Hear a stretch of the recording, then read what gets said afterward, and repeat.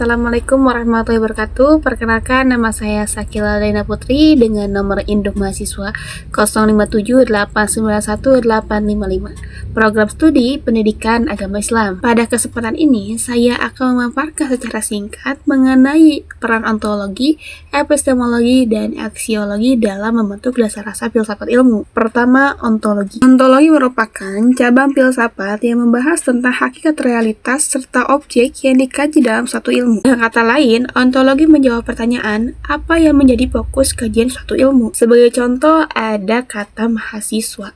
Ontologi bertanya, apakah mahasiswa itu? Apakah mahasiswa itu ada? Bagaimana mahasiswa itu bisa dikatakan ada? Apa wujud atau karakteristik mahasiswa itu? Mahasiswa dikatakan sebagai sesuatu yang abstrak atau tidak nyata. Lalu mengapa ada yang disebut mahasiswa? Jika mahasiswa itu dikatakan sebagai sesuatu yang konkret atau nyata, lalu apa yang membedakannya dengan hal lain yang dianggap ada, seperti siswa, pelajar, dan lain-lain? Nah, jadi ontologi itu fokus pada objeknya.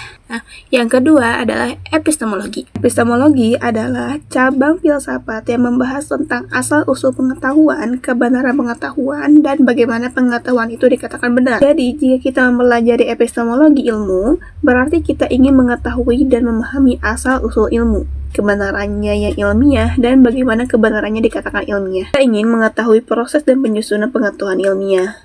Ilmiah berarti berdasarkan metode atau langkah-langkah dan prinsip keilmuan. Kehidupan sehari-hari, epistemologi dapat dilihat ketika mahasiswa menyusun tugas atau penelitian. Informasi yang digunakan tidak boleh sembarangan, melainkan harus melalui sumber yang valid, seperti jurnal ilmiah, buku akademik, atau hasil penelitian. Hal ini bertujuan agar pengetahuan yang diperoleh dapat dipertanggungjawabkan kebenarannya. Ketiga, aksiologi. Aksiologi merupakan cabang filsafat yang membahas tentang nilai, etika, serta tujuan penggunaan ilmu pengetahuan.